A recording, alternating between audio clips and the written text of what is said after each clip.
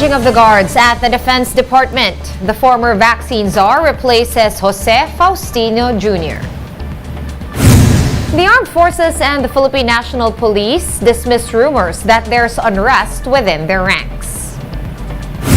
And tens of thousands of devotees gather in and outside the Quiapo Church, home of the Black Nazarene.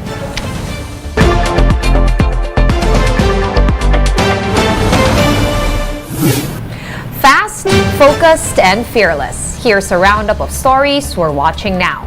I'm Sean Yao. Let's check in on what's happening over at the Quiapo Church in Manila. We have Gio Robles there covering the Feast of the Black Nazarene. He has been there all day. Gio, what's the latest from your end? How many devotees are there at the moment?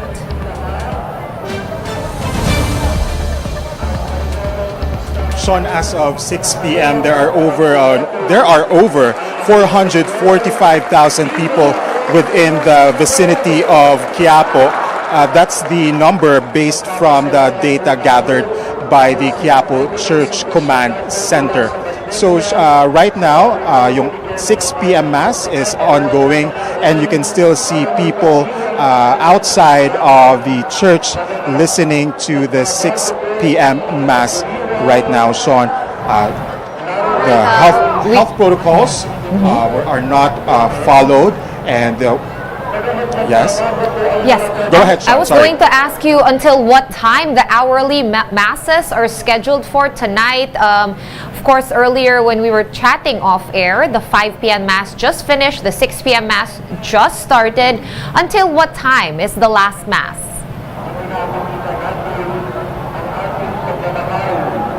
The last Mass is scheduled until later at 11 and will end by midnight of January 10th. It will also be the closing of the Feast of the Black Nazarene.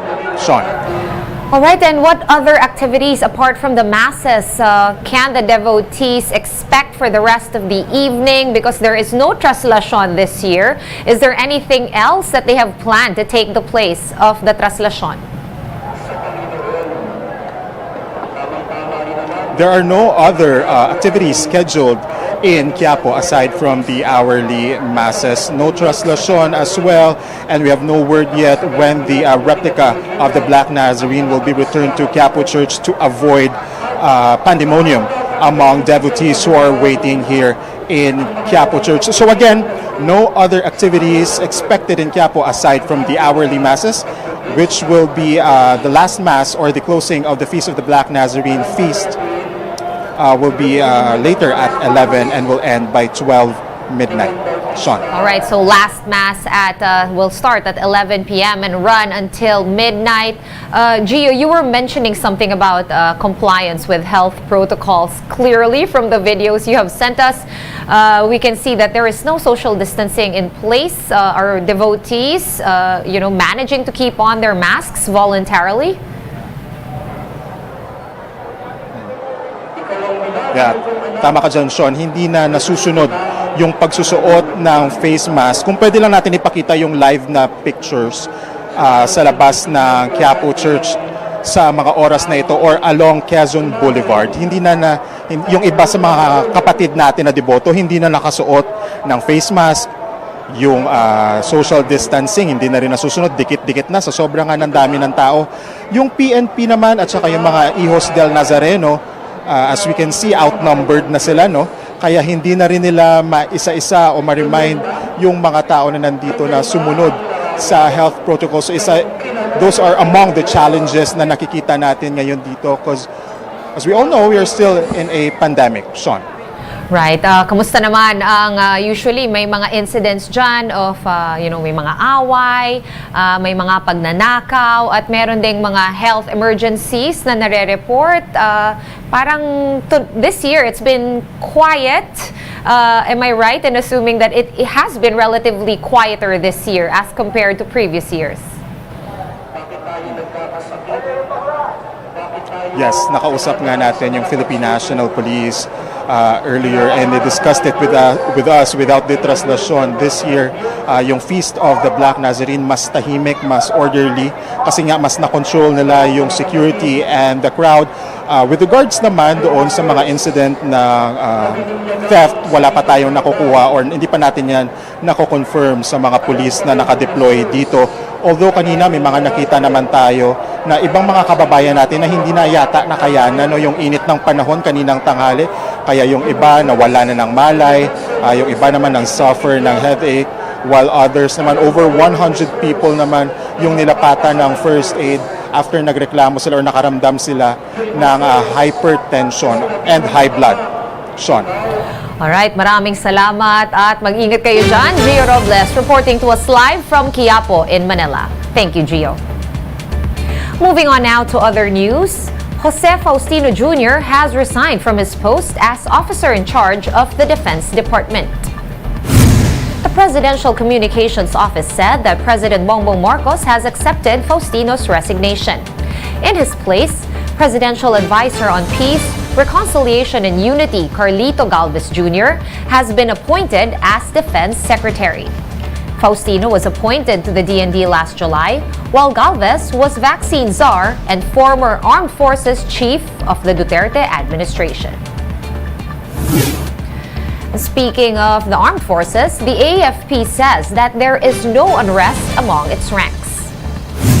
This statement comes on the back of several military vehicles being spotted inside Camp Crame over the weekend. AFP spokesperson Colonel Medel Aguilar said that the organization is united behind the new Chief of Staff, General Andres Centino. Hindi rin namin alam kung saan ito nanggagaling. Pero sa aming mga reports mula sa ibaba, wala naman talagang sinasabi na may mga ganong hugong. Ang ating mga sundalo po ay professional at tayo ay sumusuporta sa bagong tirang na Chief of Staff ng Armed Forces of the Philippines na si General Andres Centino. And for its part, the Philippine National Police has likewise denied that there is unrest within the force. In a press briefing, PNP Chief Rodolfo Azurin clarified that they were on heightened alert over the weekend due to the change of command in the armed forces. Azurin added that they are already investigating the source of the false memorandum, which stated that a full alert was raised due to a brewing destabilization plot in the armed forces. And the Human Rights Commission is calling on the National Police Force to pursue justice to the fullest extent amid the internal cleansing of its ranks. The CHR says that officers guilty of human rights violations must be held liable even after stepping down from their posts. The watchdog also said that justice among its officials should run according to the law to end the culture of impunity. Interior Secretary Ben-Hur Abalos had earlier asked top cops to file their courtesy resignations as part of the purge. PNP Chief Rodolfo Azurin Jr. and other police officers have since complied with this appeal. Their resignation papers will be reviewed by a 5-person committee for links to illegal drugs and other issues. One News Now will be back with more stories after this quick break. Keep it here.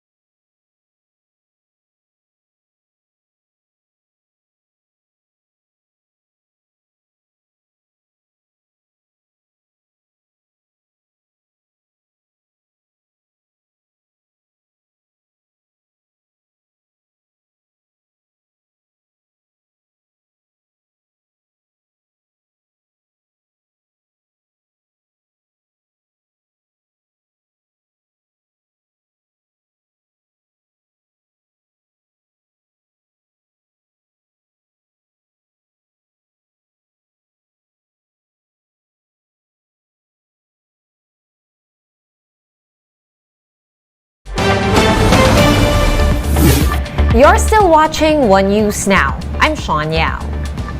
Chinese citizens are scrambling to stock up on COVID-19 and flu medications amid a surge in cases. The details in this Bloomberg report. China is facing its most severe COVID outbreak after almost all of its pandemic measures were suddenly removed. That's causing people to bulk buy household medicines from paracetamol to ibuprofen, as well as antivirals including Pfizer's Paxlovid. It's happening elsewhere in the region too. People are bulk buying fever medicines to send to family and friends in mainland China.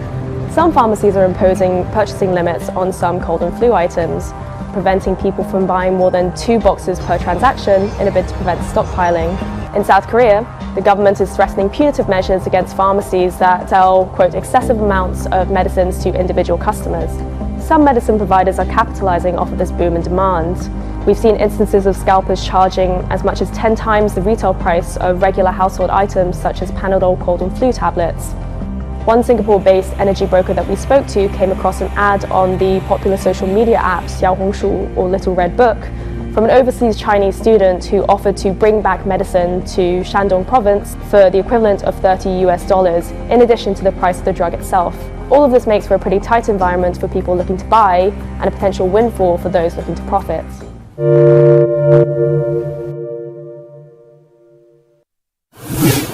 And here is a quick look at today's other top stories. Oil companies will implement an almost 3 peso per liter price rollback in diesel tomorrow, Tuesday. Gasoline prices, meanwhile, will be cheaper by 75 centavos per liter, while kerosene prices will be lowered by 2 pesos and 10 centavos a liter. Meralco is seeing a possible hike in electricity rates this January, marking the 3rd straight month of increase. The power distributor says this is because prices in the wholesale electricity spot market remained high last month. And the MMDA reports that earnings from the Metro Manila Film Festival clocked in at 500 million pesos since its premiere 2 weeks ago. MMDA Chair Romando Ortiz says the 4 top-grossing films in alphabetical order are The Leader, Family Matters, Love You with an Accent, and Partners in Crime. Meanwhile, the MMDA also announced that the Metro Manila Summer Film Festival will be launched in April. For more updates, visit News 5, The Philippine Star, and Business World online. Visit our website, onenews.ph, for more in-depth analysis. You can also catch One News on Signal Play. Register for a free account at www.signalplay.com and stream One News Live anytime, anywhere. I am Sean Yao. We are One News, all sides, all the time.